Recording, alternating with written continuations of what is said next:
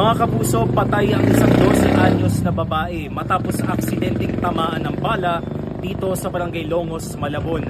Ang biktima, naglalaro lang kasama ang kanyang mga pinsan at kapatid nang mangyari ang insidente.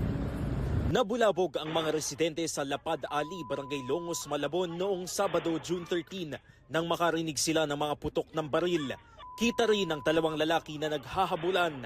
Ilang sandali pa, nakarinig muli ng putok ng baril bago nakita ang dalawa na tumakbo papasok sa isang eskinita. Hindi nahagip sa CCTV pero namatay ang lalaking nakaitim na sando matapos tamaan ng bala sa dibdib. Nagkaroon sila ng kunting di pagkakaintindihan kaya nagresulta sa ganitong pangyayari na kung saan nabaril niya yung biktima.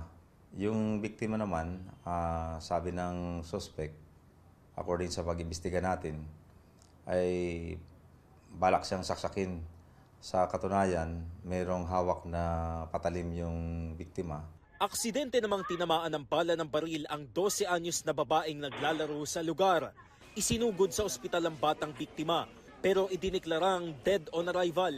May narinig po kami yung baril na yun. Tumakbo kami tapos akala namin po nagpa-prank lang po siya. Tumawag po kami ng tulong.